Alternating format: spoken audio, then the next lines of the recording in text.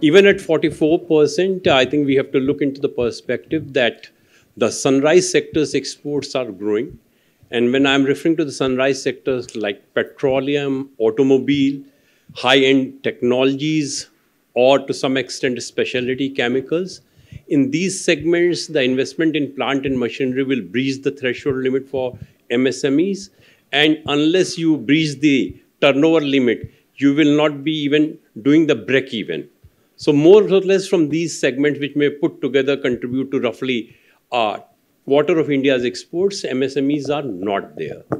But then at the same time, I think still MSME have huge potential to exploit.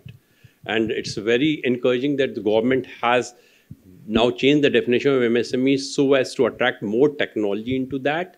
And they are also looking for internationalization of MSME by removing the export turnover from the total turnover. I think in professional services and in technology-driven sectors, we are doing extremely well. Just to substantiate my viewpoint, if you look into the global trade between 2018 to 2022, in machinery segments, the global trade has grown by around 4%. India's exports of machinery has grown by 11%.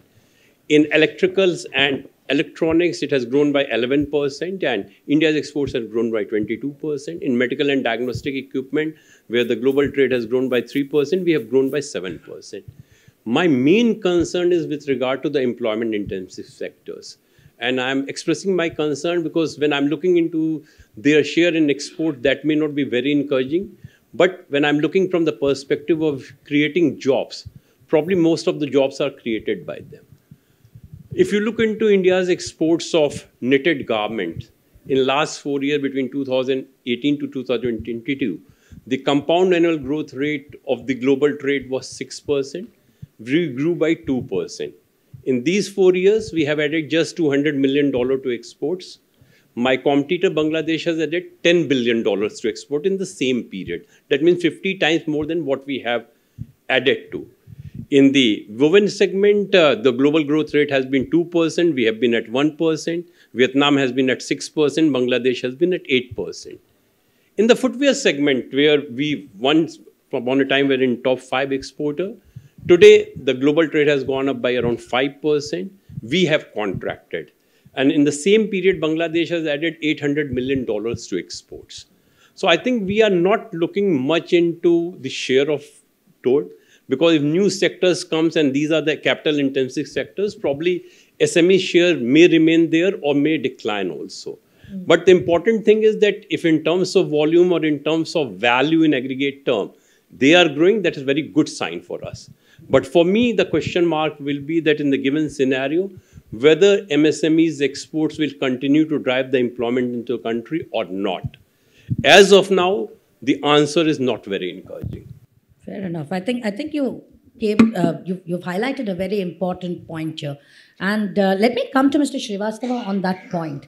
In terms of competitiveness, so, like the examples that Mr. Sahai has given, whether it's been textiles or whether it's been footwear, where India once had, we were very, very competitive. Obviously, there's been change and we've lost out to countries like Bangladesh and to Vietnam even at some point. And given the China plus one strategy that many other countries are, kind of looking, where they're looking to diversify the manufacturing base, where do you see India's MSMEs in terms of competitiveness? Are we losing competitiveness, or do you think this is more a result of shift happening outside of the traditional sectors to other sectors, like Mr. Sahai also said, that maybe in technology-intensive sectors? What do you think is happening there?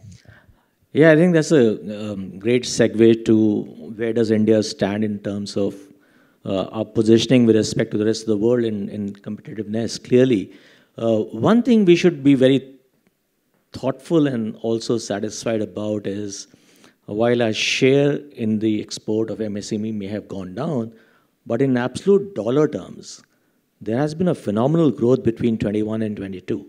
It grew by more than 30%.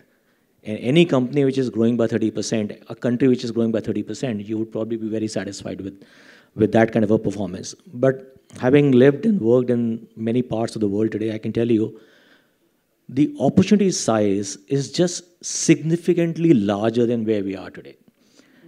And one of the reasons where we don't get to the opportunity size is clearly how competitive is the Indian economy. And on many fronts, you would find that our rates of productivity, our efficiency levels, our ability to produce cheaper, faster, better, and better quality, those are compromised today. Okay, and I used to run I was in HP for many years in Singapore as well, and I used to run the strategy council for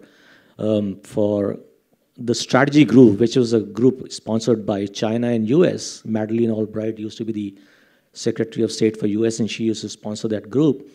And talking to countries at that region from Indonesia, Vietnam, Philippines, Taiwan, South Korea, and many smaller countries like Sri Lanka and Bangladesh, you'd find that the levels of ease of doing business, which then relate to have a direct connotation with efficiency and productivity, is much higher in many countries right now. And I think we have a distance to travel from the perspective of how do we become easier from that perspective, whether it is availability of credit, cash availability, cost of capital, it is the processes that allow you to set up businesses faster and better, or the use of technology. How well is everybody in this room exposed to what is happening in two dimensions from the world perspective? First dimension is alternative sources of capital, which are cheaper and faster and better, and how do you have access to that, or do you have understanding of that? And second dimension is the utilization of technology integrated into the operations of each one of you. And now those two things are clearly the bedrock or determinant of efficiency and productivity in the world today. And the more productive you can be, the better it will be. We lost when WTO gave away the quota system from a textiles perspective. There was a lot of thinking that most of it should probably come to countries like India. And it did not go exactly as per the script. Many other countries like Sri Lanka and Bangladesh, to your point, they were the much bigger gainers, and some of the gain happened because the capacity and scale that people set up. So I think we have a distance to travel from a productivity and efficiency perspective, which is the benchmark of efficiency, of competitiveness, and only on these two dimensions. If we can fix the capital and the capital structure of people, of companies and organizations, and if we can fix the tech intake or tech integration into operations, I think we'll probably be much better than where we are right now. I think good points, and that again kind of leads us to a very important point as far as MSMEs are concerned, which is access to credit. So I'll bring in both of you here at this point. So if I can start with Mr. Gupta first, maybe. Yeah, where do you think the struggle is as far as capital is concerned for MSMEs? Is it that the costs are still too high? Is it in terms of their systems not being in place or not adequate enough for lenders to actually undertake a proper credit assessment of them? Where do you think the problem is generally, and particularly with respect to export finance? Because they are going into new markets, so the risks associated with that. Is there a problem? How can we mitigate that, and how can we help MSMEs? No, thanks. So look, a lot to unpack in that question. So good afternoon, everybody. Always a difficult session post-lunch. Look, I'll try to make it as invigorating as I can. Look, a couple of things here. One, it's always around the right quantum of working capital at the right price. That is fundamentally what we should be enabling as banks, right? Plus the government. Today, I think we have a reasonable access available to our exporter clients. That includes also where an element of subsidy is in place, right? The question that comes to my mind is how well is that known, knowledge-wise, to our exporter clients who are therefore able to leverage the same, right? So that is one part of the question. Second, the typical challenge tends to be around, unfortunately, a very traditional way of looking at providing working capital, which is around how good is your balance sheet, right? How much paid up capital do you have, et cetera, et cetera. I think we have to very significantly shift away to a more cash flow based working capital approach. And that is predominantly where I think Axis, we're trying to do things differently.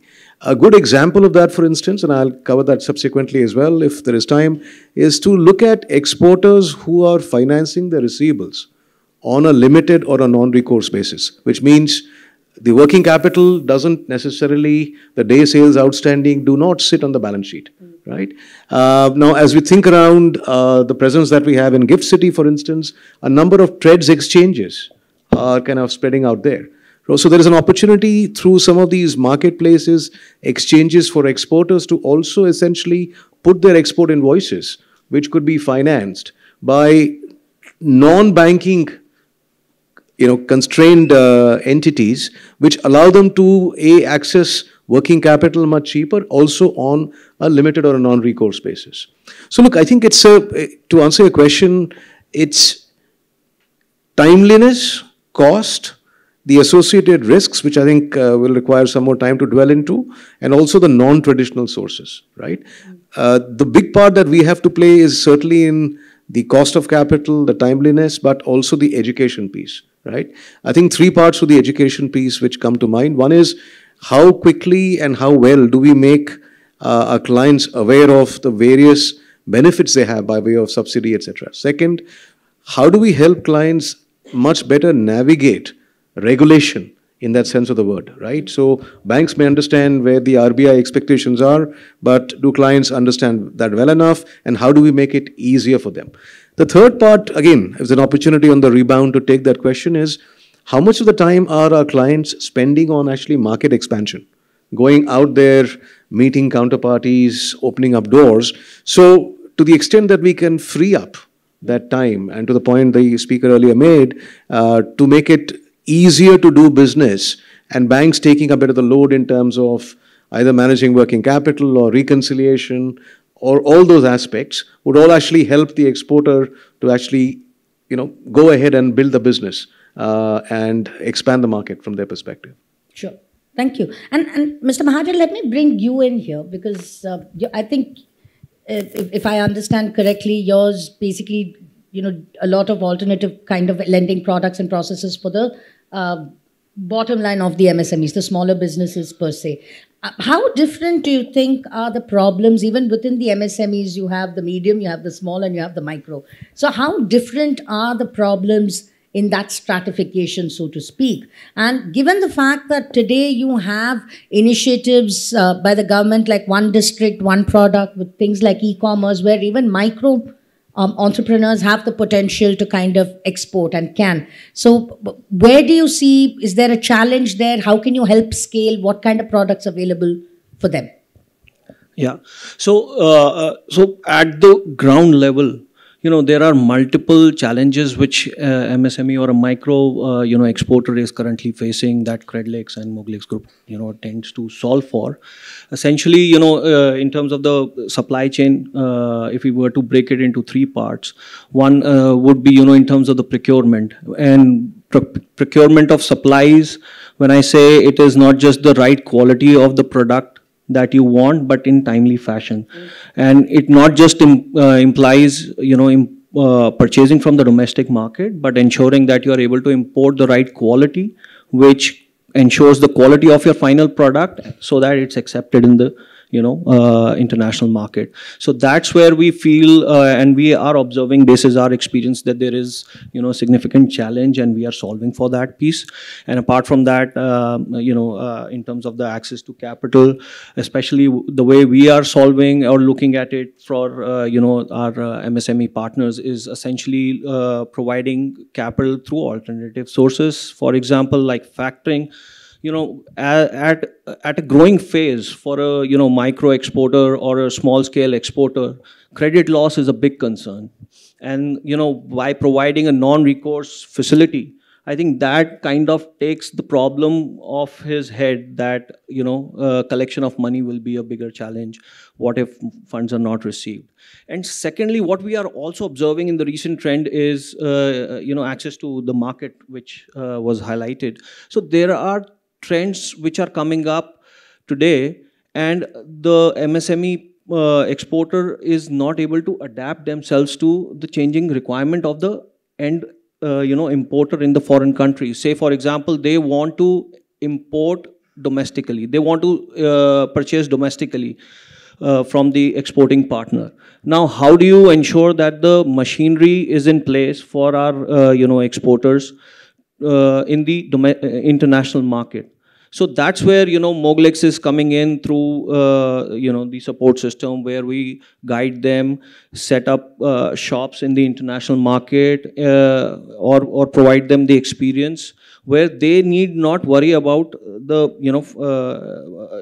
reach out to the customers, but essentially just focus on the core of manufacturing, what they are good at, as well as focus on, exporting the goods from the country. Yeah. Thank you. Professor Bhatia, let me come to you. See, this is interesting, right? So we're currently looking at a lot of the issues that so far we discussed. We're looking at the traditional channel of export here, where you have to set up your, supply chains. You need to go meet with other vendors in other countries. But today you have the advantage of e-commerce. And even in your recent foreign trade policy, there was a very clear target given in terms of what B2C e-commerce exports can be. So how do you think, and that is technology as well, so how do you think e-commerce ties up, and what kind of role do you think it would play in boosting exports for MSMEs?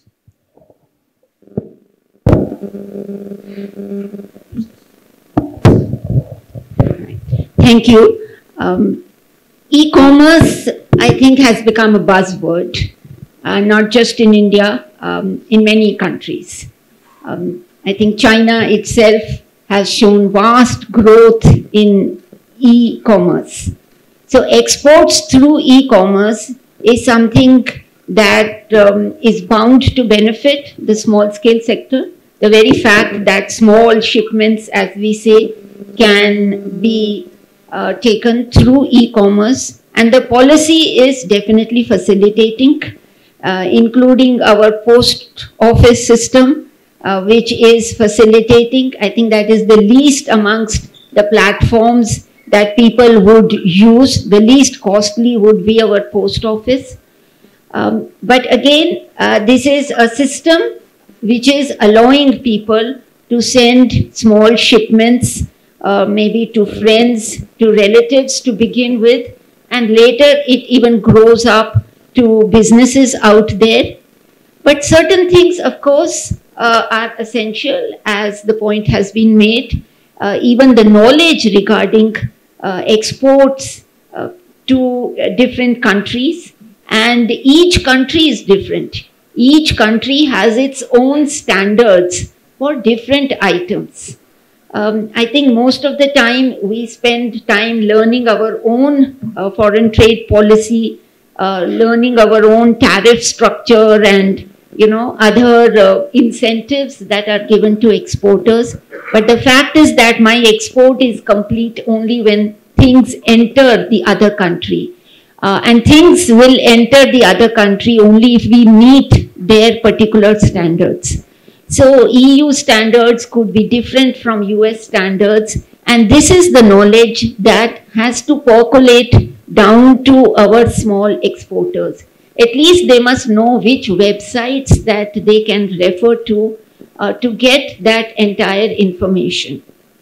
I think even the knowledge of websites, even the knowledge that in certain countries there are institutions which are called import promotion institution. Like there's a Center for Promotion of Imports in Netherlands. There are other countries also which have, for example, Switzerland, Germany, etc.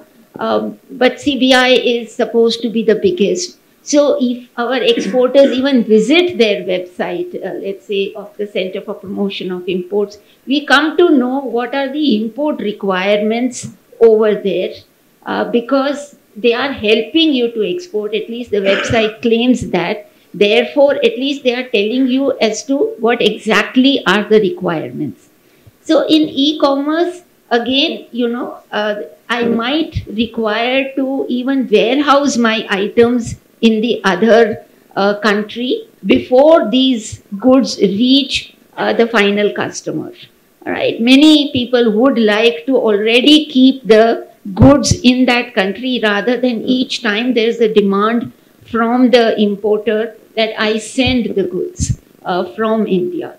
But that whole, perspective on what is required for the warehousing facility out there, So certain amount of capital expenditure would be required. Of course, that will quicken up the delivery, but there are costs to be incurred. Otherwise, you see in e-commerce, the returns is a very common feature.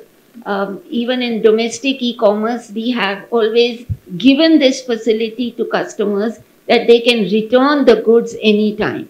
So the whole logistics of bringing the goods back and refunding the money is a task itself. But when money has to go out and come in, that means, there is the RBI regulations also that have to be satisfied. So these are the things I think that will require particular attention both from RBI as well as the exporters as to how this returns policy is going to be managed. Of course, near the customs, some kind of facilitation centers are being set up, but still this is something that those who get into e-commerce must understand, that the customer's mind can change very fast, and that is even after placing the order, which doesn't happen in other cases. Fair enough. I think this is a very important point. The reverse logistics has always been a challenge, and it's still a bit of a problem there, and requires a lot of attention. I think this was feedback even we got when we did a couple of studies in terms of how exporters are able to reconcile and do all of that with RBI, and it's been a challenge. So that's a great point. Mr. Gupta, let me come back to you, since we were talking about risk, and I think it's a very important aspect. So if you want to maybe elaborate a little in terms of the risks that are there, and maybe 3 risks that you see, and maybe 1 mitigation strategy that you could possibly suggest. Yeah. No, thanks. So look, I think it's very important. If you don't position size risk, it can actually bring down your business, right? And position sizing means you went into a new country with a new counterparty and you suddenly end up exporting a lot value-wise, and for whatever reason, the receivable doesn't basically get realized, right? And that can actually significantly wipe you out, because suddenly you put either your own capital to work or the bank's working capital, right? So the position sizing is important, but there are 3 aspects to risk I'd like to kind of focus attention on. The first is obviously country risk, right? The second is bank risk, right? And the third thing is making sure that the FX risk is also well managed. So for instance, see, we have been doing a lot of recent work around providing access to very difficult markets like Nigeria or other African countries for our exporter clients, which was hitherto proving to be very, very difficult. And the way we've gone about doing that is twofold. We worked with our own set of banks. I mean, banks have 2 kinds of customers, corporate customers like yourselves, as well as we have banks that are customers. So we worked with a clutch full of banks, European, African banks, and have made a certain amount of bank and country risk capacity available, right? Which can be therefore used by us to either confirm the LCs that are being received, or even on the open account side, right, working through mechanisms like FCI, which stands for Factor Chain International, we actually find a way to cover the counterparty risk and the country risk, right? The important thing on the FX side also is, look, very important to ensure that the hedging is taking place, right? Hedging is absolutely fundamental to making sure you're covering the risk for what it is, as opposed to trying to basically take a position. Right. So various ways. I mean, I think you have pre-shipment finance in foreign currency. You can actually finance the receivable out of Gift City, for instance, or other platforms in FCY, for instance. You can actually take forward. So again, bringing that appreciation of risk is very, very important. What gets to be a bit of a challenge is, how do you cover risk, especially counterparty risk? Right? And again, this is something which banks which have a very large, well spread out international network can do a bit, but even then they are constrained by their own presence in certain countries. So I think the alternative mechanisms like Factor Chain International, to which we kind of signed up to or in the process of getting accredited, will actually help us in actually helping customers access coverage of counterparty risk and access coverage of country risk in those countries. I think that's very crucial. And Mr. Mahajan, if I can come to you. So I think Mr. Gupta spoke very well in terms of how you can and what kind of risks there are at the MSMEs level and what they need to do. But let me ask you from a lender perspective. What are the kind of risks? What do you do? As a lender, what is it that you expect from MSMEs when you're looking at books? How do you manage to actually account for these risks and assess these risks before you lend? And what kind of, how much of a challenge is it? Because there's been one feedback that I've heard quite a lot from many lenders saying that sometimes with the books or with variables, they're not always in order. So sometimes credit assessment can be a little tricky. So how do you work around that? What do you do? True, that's very true for, micro-scaled players or borrowers. So from our perspective, when we are looking at, extending a line for factoring, typically our analysis is more focused on, the relationship of the exporter with the importer. So buyer-supplier relationship. We place a lot of value on that in terms of the depth of the relationship. How has been the track record in terms of placing the order till the time the funds are received? Are they as per the agreed terms of trade? And, in terms of the quality, has there been any rejections? And if so, what were the reasons? So, these are the aspects which are non-financial in nature, but you would still be able to link it through the ledger and the bank statements, which essentially, is within the, banking system, or whatever is available. And apart from that, then we superimpose the financials which are there, link it to GST. So there are a lot of, tools available today, which provides you all the data. It's about assimilating and, linking, be able to link those. That is what we do, and superimpose with the, some, non-financial aspects, which are which is in terms of, the relationship between the buyer and supplier, what all country is the, exporter dealing with, and in terms of the background of the buyer. So Credlix is, as, Mr. Gupta mentioned, FCI, so we are a FCI member. So there's a lot of insights that we are able to, gather, and such, associations help us alleviate the risk of, information asymmetry and help us take an informed decision. Thank you. Mr. Sahai, I'm going to a slight shift, I think, and to kind of address the big elephant in the room, which is customs. And I think there's a lot that has happened. But even now, I think there are a lot of challenges that present themselves in terms of clearing, in terms of processing, especially in the context of how fast, if it's in the context of e-commerce, what can be sent, how fast, because it banks on, just-in-time kind of delivery. And the converse, if something were to come in, especially in terms of raw material, how do you get it cleared? What do you do? So where do you think the problems lie as far as an exporter is concerned with customs? What are still certain bottlenecks that exist there that probably require attention? In fact, I think due credit should be given to the customs for the kind of facilitation which they have done. If you look into the turnaround time of ships, if you look into the turnaround time of cargoes, it has improved drastically. But probably the perception has not changed. The perception of human being is his worst experience. So if my 10 consignments have been cleared in 3 hours, if in one consignment I have struggled, my perception is according to that. And problem is that when I'm arranging my consignment, I have to keep in mind my worst experience. That's the problem. So there, I think they are working on that. The more infusion of technology will definitely help it out. Today, a lot of their processes are fully automated. We have a reference to the e-commerce. Even on the e-commerce front, they have come with the notification which allows the faster clearance of the returned cargo. They are looking into capturing the invoice details from the bill of entry and the shipping bill, matching the two also. Now we have reached a state where we are looking into a current custom which is faceless, which is contactless, which is paperless. If you look into various reports which have come, the facilitation has definitely improved a lot. In fact, in the WTO, when we agreed to the trade facilitation agreement, we have delivered plus to that. So I think country on its own has an agenda of facilitation because we know very well that is a transaction cost which is still pulling down our exports. So from that perspective, a lot of improvements have happened. They have now moved to the blockchain so that the sanctity of the consignment, the sanctity of the process are completely maintained. Let me touch one of the issues also because a lot of talks have happened about the bank credit, the liquidity. If you look into the Asian Development Bank report of 2023, it still says that the trade finance gap, which was $1.7 trillion in 2021, has gone up to $2.5 trillion. It's a 46% increase in the gap.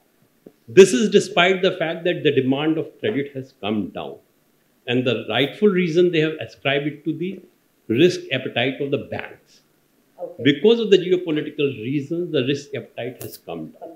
And that has affected the SMEs. Though, of course, this is something which applies to all Asian countries, nothing particular to India, but equally it applies to India. I would love to have a situation where the entire credit process is automated. The exporters file the application online, it is processed online, deficiency is issued online, the credit is approved online, CGTME is integrated into that, so bank need not to go to CGTME to get the approval. If that happens, the dichotomy which we are having where banks are saying that we are flush with funds and exporters are saying they are lacking funds to support this. I think, Mr. Gupta, I think you should come in here because I think this is a very good point that he makes. And as how would you respond to that? Do you think, given geopolitical considerations and everything that's happened, have you seen for your own bank, maybe as an example, that it's shrunk, your credit to MSMEs, the portfolio has shrunk, it's come down? Because clearly the gap's gone up. So, look, so I think Mr. Sahai is right in saying that number, and that number has been amplified a number of times. So factually speaking, our export finance book has gone up, right? We remain very bullish in the sector. The throughput that we see coming in from our export clients in the MSME space has also gone up, right? Now, what needs to be therefore thought about is a multiplier effect, right? To the point which I think Mr. Mahajan made, look, I mean, we have to look at assessing the risk on a cash flow transactional basis, much more than on a balance sheet basis. Now, to the point that was earlier made about countries like Vietnam and Bangladesh, right? I think we have to understand that the key driver to the growth in those countries has been FDI development. If you think about Gap, Nike, etc., looking in the footwear, garments kind of space, they have taken a strategic decision many years back to move into some of these countries like Vietnam and Bangladesh from a manufacturing perspective, right? On the back of that investment has spawned a huge industry which is essentially exporting. So they're sourcing from these countries, right? But the question there is, why didn't they pick India, right? I mean, that they made a strategic decision. I agree. Right. I agree. But the question that we need to be asking ourselves at this point is, why was that not India? Especially when at that time we did have some competitiveness. I agree. And I think Mr. Sahai mentioned that well, that the ease of doing business, another speaker also mentioned, is not where it needs to be. So we are making an impact now. I mean, Apple is going to source a whole bunch of stuff from India, right? So, look, I think geopolitical considerations have come as we speak to our larger clients, switching tracks a bit. Everybody is saying, look, they need to have a China +1 strategy. So, if I look at our European clients, the larger clients, and as they're looking to think around their next 3-year strategic plans, I think I would say 80% of them are saying, look, India is on our investment horizons because of China +1. Now, if India is on their investment horizons, means FDI flows will happen, which means there'll be stuff not only for the domestic market, but also for exports, which will by extension have a multiplier effect in terms of the suppliers that would come into play. So I think, look, we got to figure out which are our centers or sectors of competitive advantage, where through government facilitation, we can actually promote, right, FDIs to come into the country. Right, on the back of which there could be a much larger, much more flourishing export sector. Let me address the issue why these FDI have gone to Bangladesh, why they have not come. Okay. These FDI basically came not for the domestic market, they came for manufacturing in those countries for global order.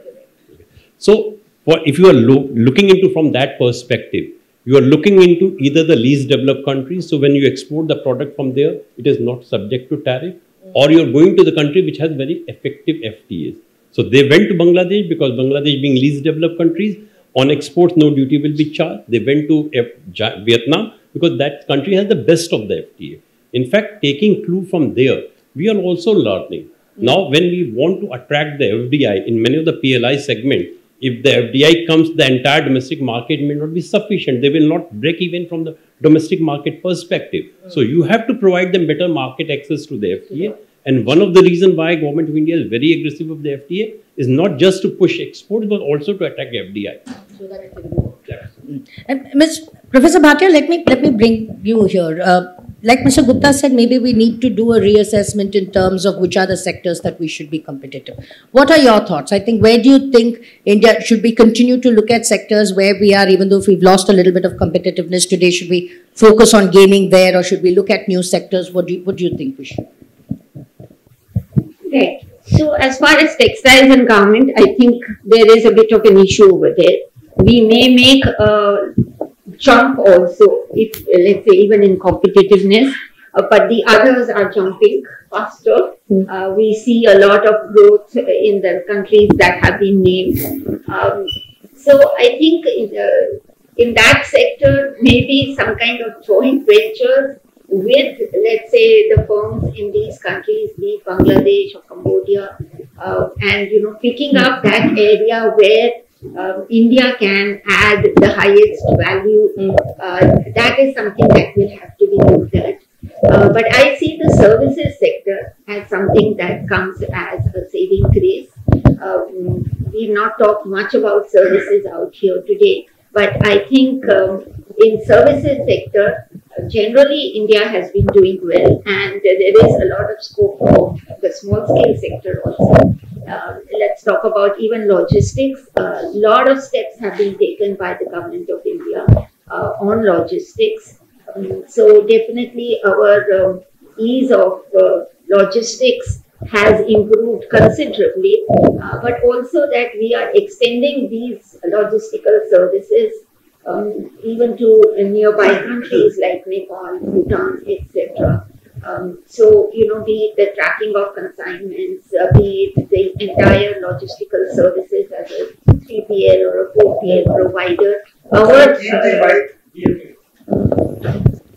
our companies are able to do this. And this I consider as an export of logistical services from India.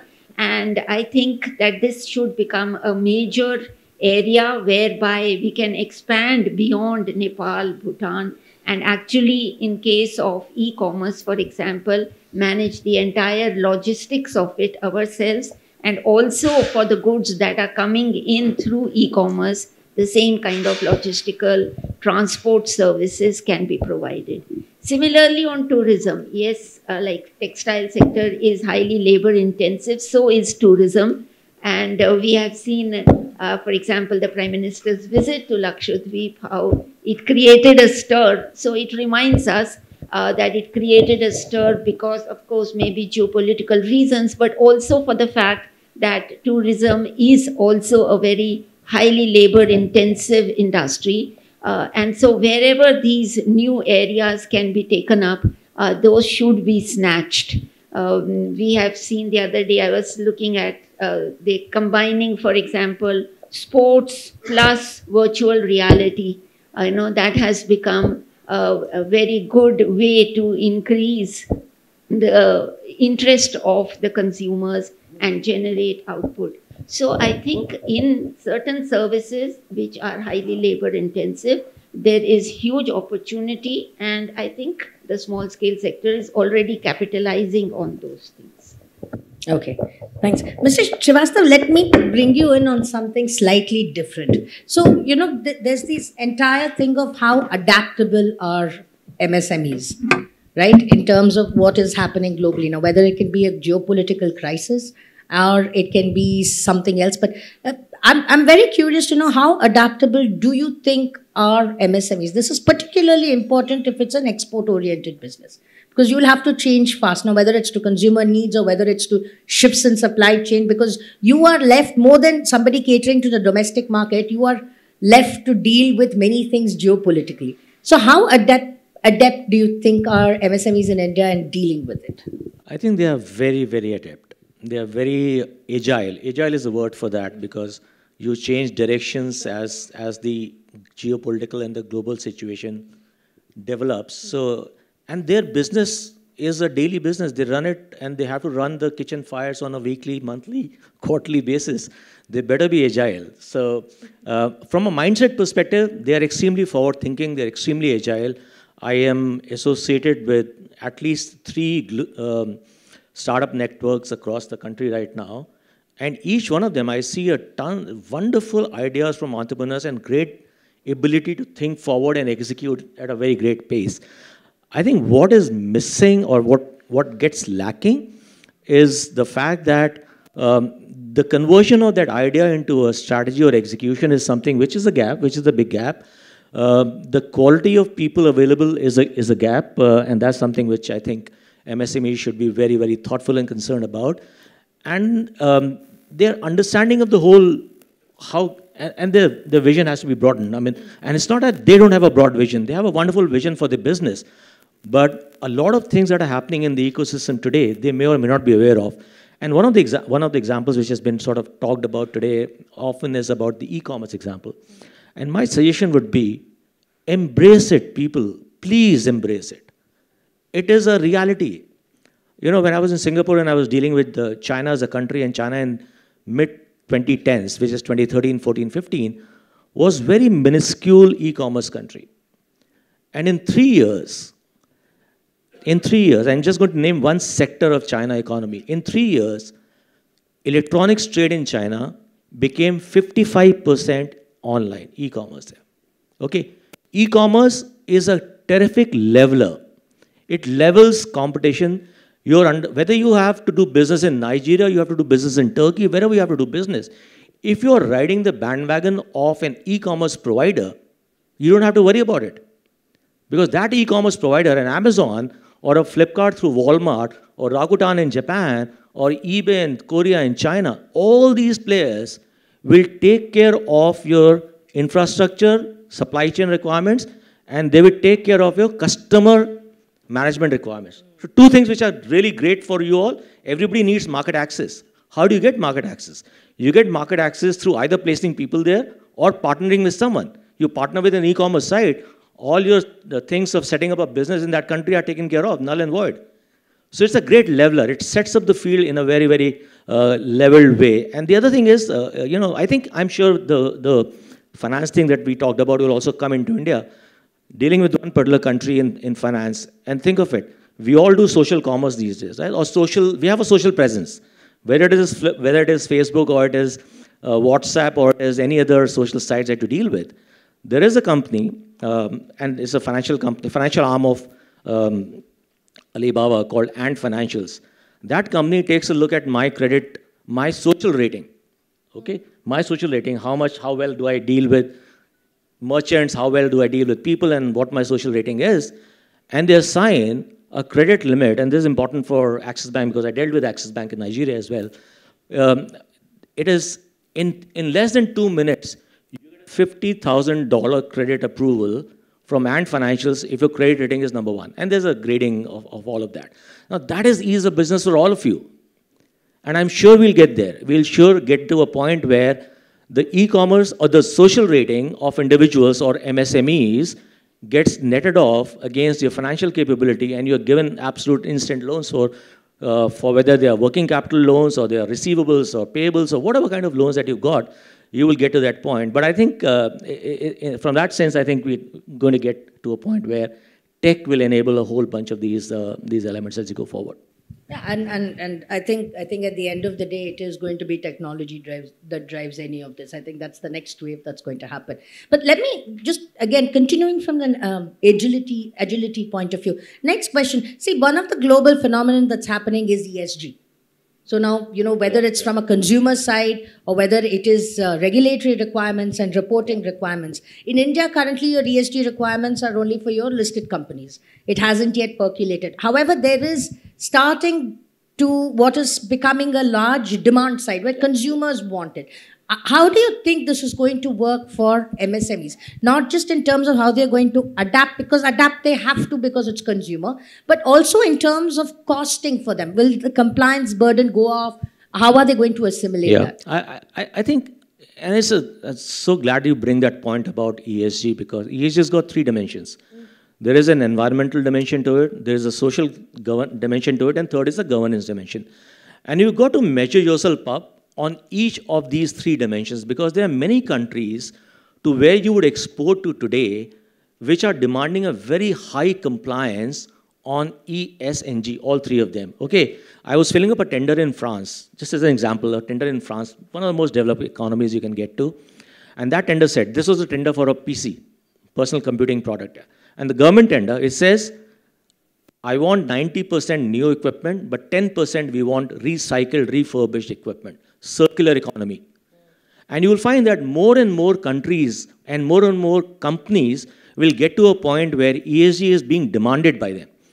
And so you guys have a competitive advantage over here if you were to switch in terms of these three parameters, whatever that means to you. And there are good governance, there are good metrics aligned to environment, there are good metrics aligned to social, and very good metrics aligned to governance.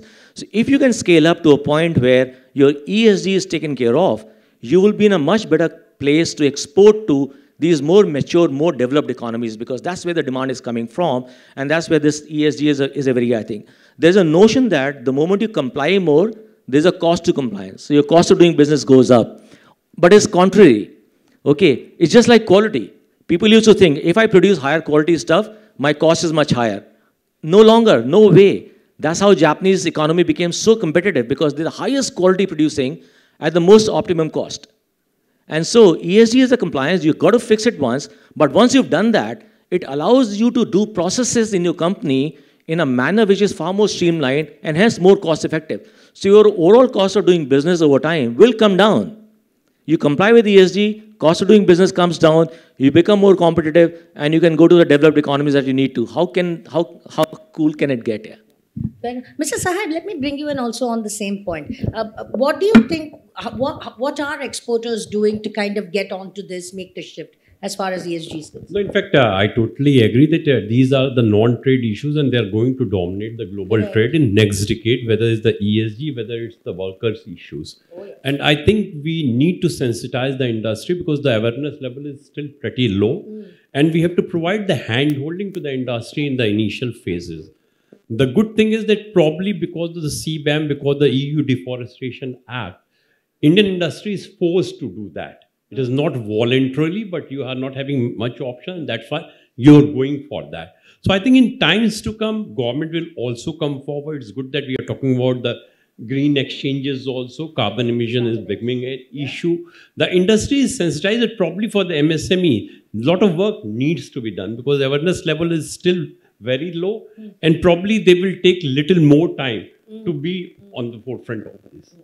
And thank you. I think so, and I think there is not just the responsibility on part of what will happen is not just from a government and export, but you will also see your large manufacturers demanding it of their own supply chain, bottom and top. So I think sooner the better if the shift is made. Mr. Gupta and Mr. Mahajan, each one after the other, how would you see ESG fitting into your lending criteria? So either as an incentive or as a disincentive, because eventually this would come in and this would play a role. So maybe Mr. Gupta, Mr. Mahajan first and then Mr. Gupta, how would you factor this into lending? Would you use it as a parameter, as an incentive, as a disincentive? How would you do it? No, definitely to start with, at the current stage where the evaluation process stands, it's more like a hygiene check, if I would say, and these aspects do have a positive impact when you are evaluating any credit. But at the same time, as sir pointed out, it also helps get you more business, and that's how this thing indirectly is going to reflect in your top line and subsequently in growth numbers. And as we move along, definitely these aspects of, the aspects of ESG are definitely going to play an important role in the, rule engine, business rule engine or credit rule engines that we are developing, so that these are factored in while we are, lending to any MSME or, micro exporter.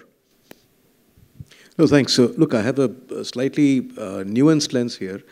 Look, MSMEs would always be part of a global supply chain in some ways, from the export perspective, right? Let's acknowledge it to the point being made earlier that large firms today and small firms alike, especially in the West, are very, very sharply scrutinized for compliance on ESG norms. right? So that has to basically flow down, and therefore the MSMEs have to step up and be part of the process. Second, when it comes to a lending decision or looking at a client, look, the fact that you are thinking about ESG, are on the path to becoming compliant, or at least having a conversation also connotates forward-looking leadership. How are you actually reimagining the business, right? Not for the here and now, but for the future. So that is a positive, right? Otherwise, look, I mean, I think it's largely around you're not able to differentiate yourself from everybody else in the marketplace, right? So I think it's very important for us to recognize that it is definitely a positive from the perception and the reality both that it leads the lender with. But more importantly, I would like to say we have to think around the global supply chains, right? Especially be sensitive to the ones where ESG is a very, very large component of the ask, right? And certainly facilitate and enable the MSMEs who are going to be or have an interest to be ambitious to be present in those supply chains. Thank you. And Professor Bhatia, in terms of, of E, S and G, today, what do you think the MSME should probably focus on? Because even for them, suddenly plunging them into all three, all at once, etc., may be difficult, and you'll have to give them a path. So what do you think they can focus on today, which are what we can call as low-hanging fruit, so that the adaptation is also steady and in an incremental manner? See, E, in terms of pollution levels, etc., that is something that gets the highest visibility. Sure. All right. So something that gets the highest visibility, they have to pay attention to. But I think the governance aspect actually is much more important, because that is where the laxity level is also high.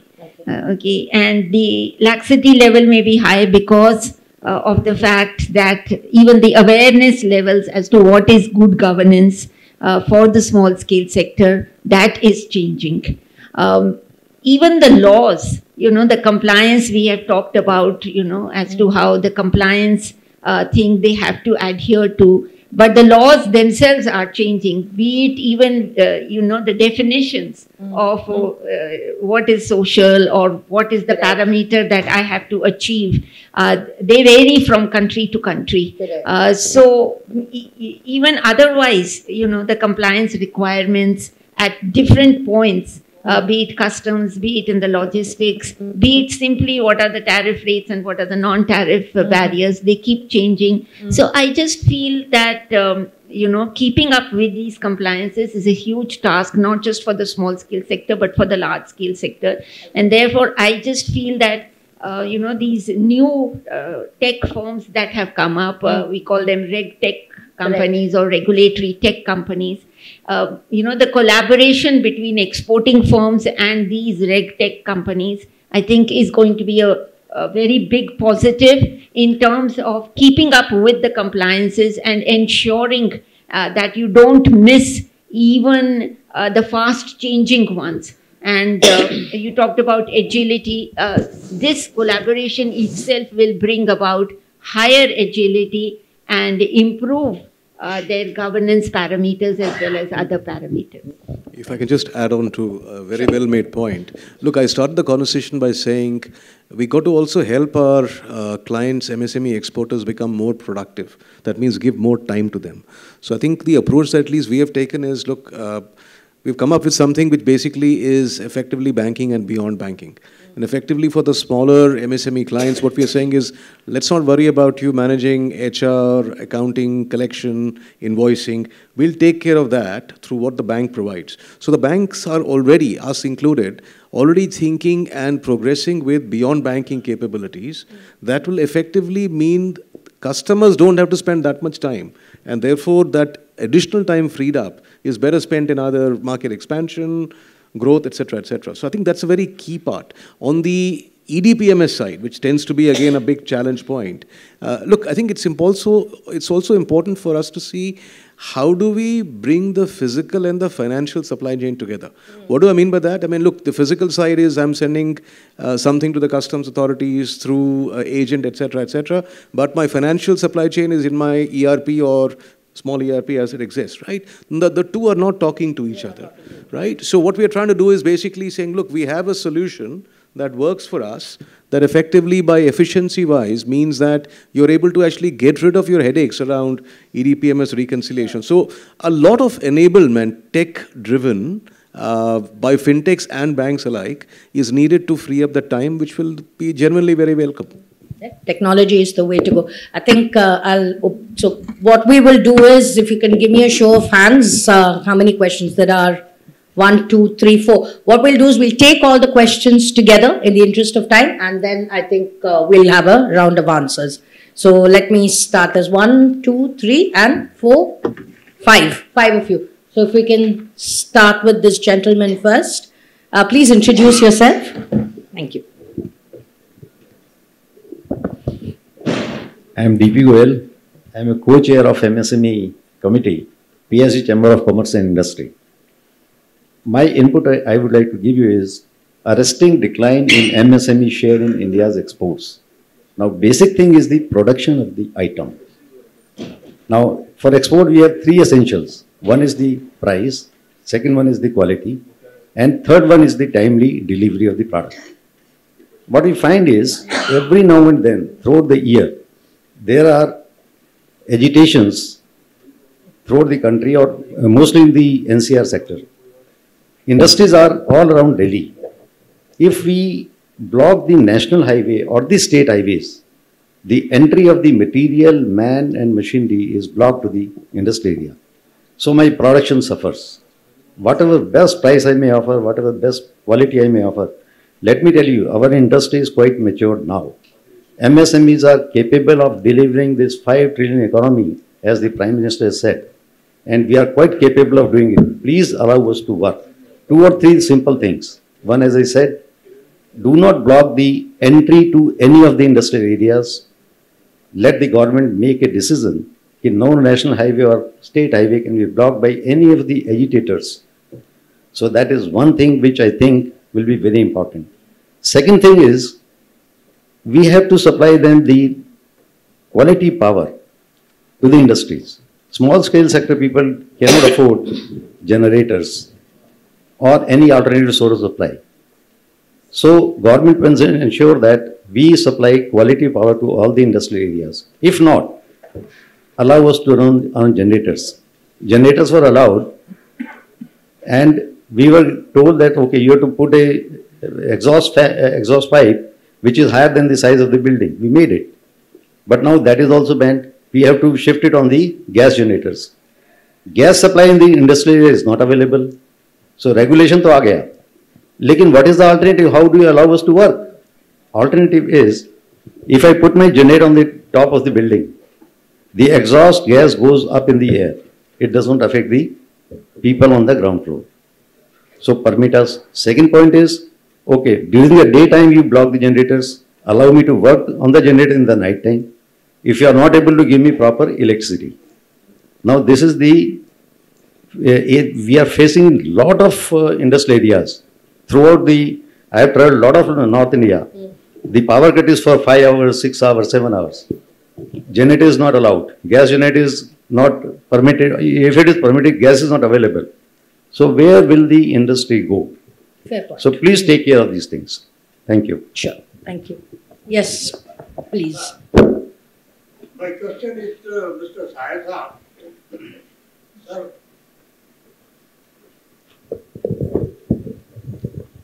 firstly, I agree whatever he has said.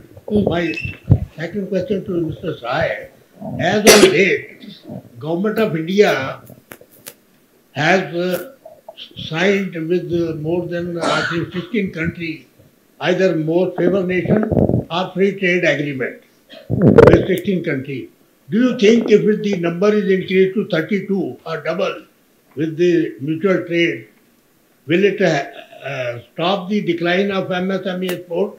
Number 2, long back there used to be a commercial attaché in our mission abroad who was connecting with the local person and exporter and with the Indian thing.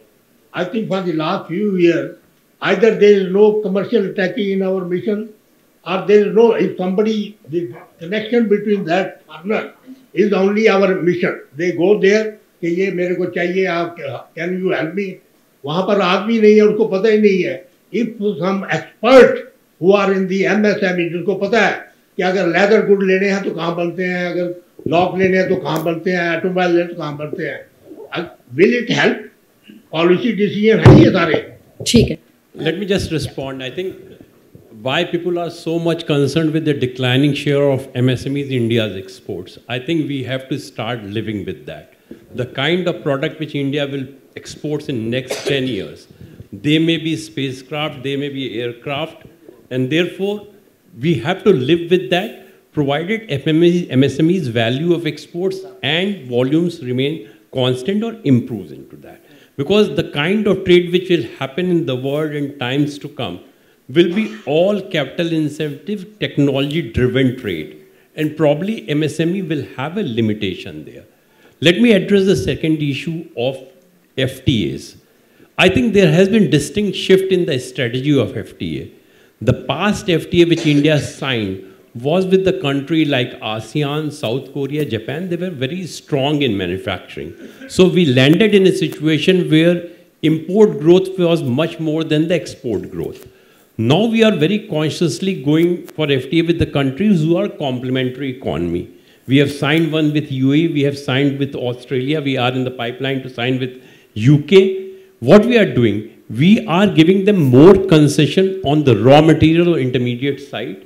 We are getting more concession on the end product side. So the situation which we are in, I'm pretty sure that we will now have a situation where FTA will really help us in promoting exports. Secondly, it will also help me attracting the FDI, because a lot of FDI will come to India to use India as a hub for global exports. On the third issue, please bear in mind that now every country, wherever Indian embassy is there, they have a country and product specific target. When the Commerce Ministry fixed a target of $450 billion of exports, assuming for US they say 60 billion, they also identify the products which will achieve us the 60 billion. So there is joint partnership of industry, organization and Indian mission now. Please approach Indian mission now, they will be much more responsive. So I think that the synergy between the government and the Indian mission is much better as ever before. Yes, please. Thank you, madam. I'm Harish Kumar from CST Energy Access. मेरा question नहीं है, mister Bhatia जी ने अपनी जो बात कही थी, gap की जो बात की, उसके लिए मैं एग्री हूँ, क्योंकि सो मेनी स्कीम्स है एसएमईज के लिए, सर्कुलर इकोनॉमी के लिए भी है, आपके जेड स्कीम है, क्लस्टर डेवलपमेंट अप्रोच है, लीन मैन्युफैक्चर है, क्वालिटी सिस्टम है, डिजाइन सिस्टम है, लेकिन अडेप्टेशन नहीं है एसएमईज के अंदर। इतना बड़ा बैंक में तो वो क्वालिटी प्रोडक्ट कहाँ से करेगा? क्वेश्चन ये आता है कि इसको हम पैराडाइम शिफ्ट में कैसे लें, इकोसिस्टम मैनेजमेंट में कैसे बनाएं। तो दूसरी बात है, अभी मैं जयपुर से ही आया हूँ, जयपुर में अभी सस्टेनेबल डेवलपमेंट की 2 दिन की कॉन्फ्रेंस हुई थी, मैंने भी एज एनजीओ के रूप में पार्टिसिपेट किया कि सस्टेनेबल गोल में आता है 8 आता है decent work and economic growth. जब एसएमईज के अंदर डिसेंट वर्कमैनशिप नहीं होगी तो इकोनॉमिक ग्रोथ कहाँ से होगी?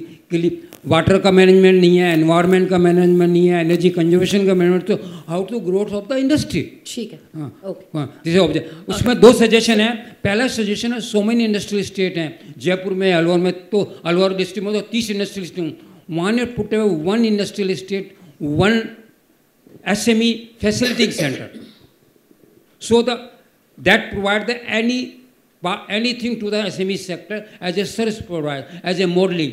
Second thing, government of India के एनर्जी एक्सेस के अंदर स्कीम है 1 वर्ल्ड 1 सन 1 ग्रिड। तो one put a new scheme in India, 1 world 1 grid and 1 industrial state, access to the energy system, whole industrial state, make a input-output modeling and make a energy access in economic way. Thank you. Last 2 questions, we'll just take them together.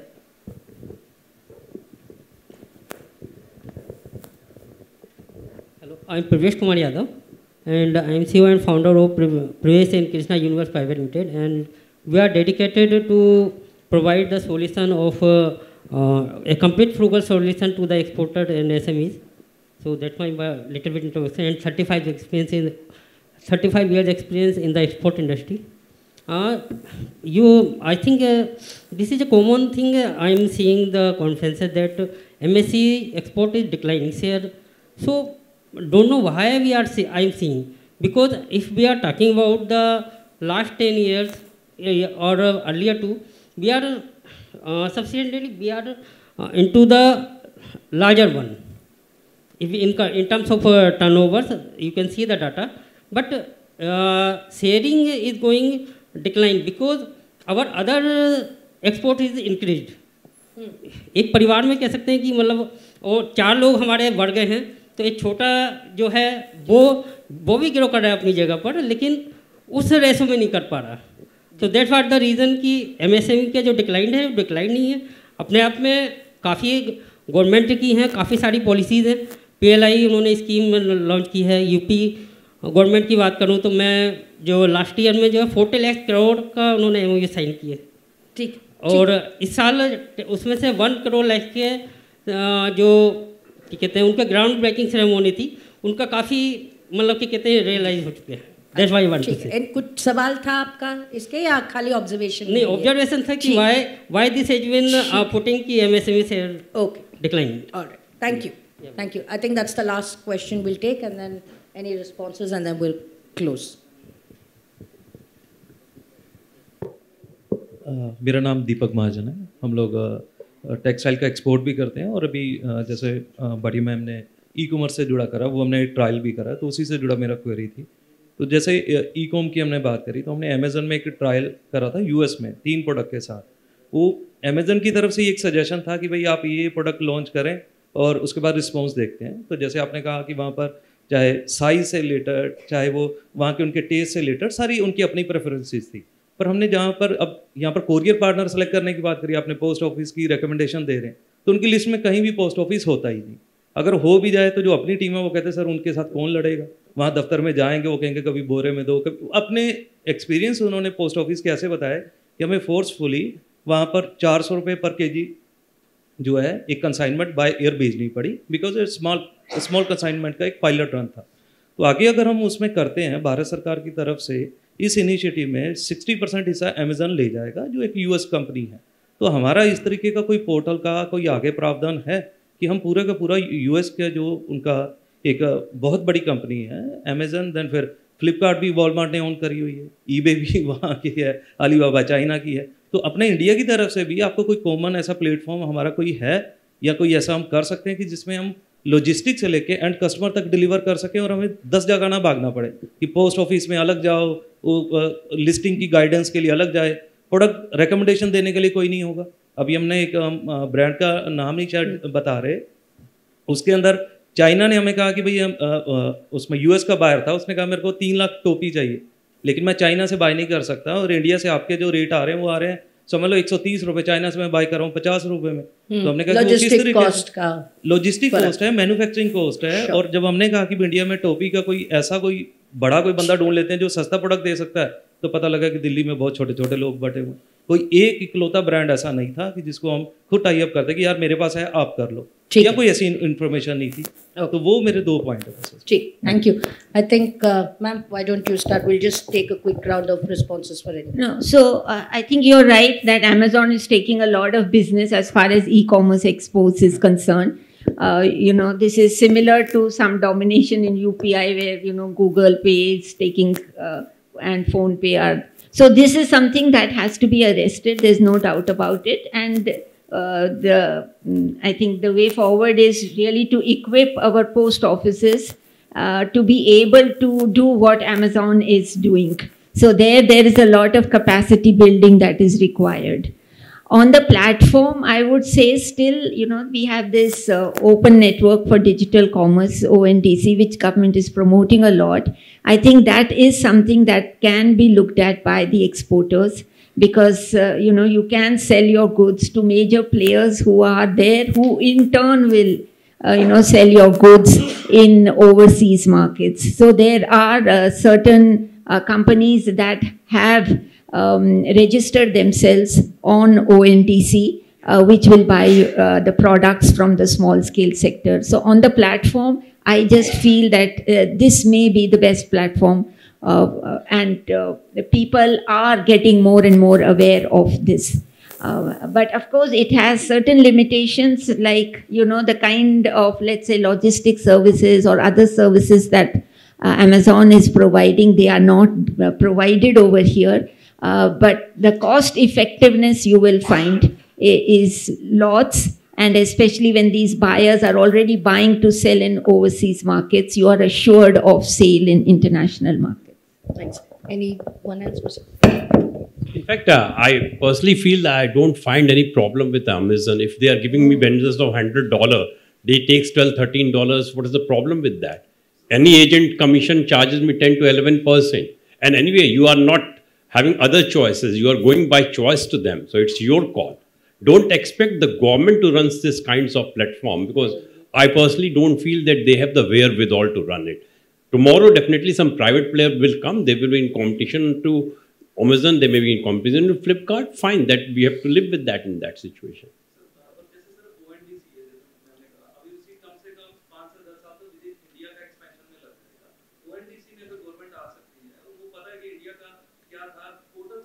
Sir ONDC में government आएगी, government को US market की क्या requirement है मांग करने में नहीं समझ में आएगी.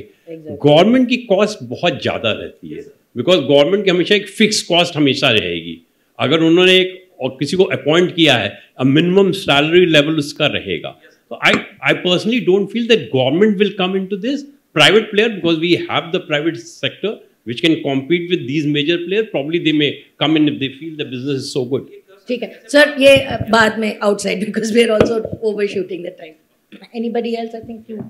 Yeah. No, so I just had a point to say. Look, I think we got to approach it differently. To the जो आपने बात कही, end of the day, you got to find a way to create competitive advantage, right? So if you don't try it out and build scale, आप कह रहे हैं कि basically you're not able to source material of a certain kind, topis, etc., right? So find a way to start becoming relevant to the large, say, US buyers in this case. In the process, you will find that you're building capability. Once you build capability, by the time the country has evolved, there are other means and models available for you to leverage on. At that stage, certainly a conversation can be had around why not Amazon, why X, Y, Z. So I think I would just say I encourage you to first fit in and then stand out.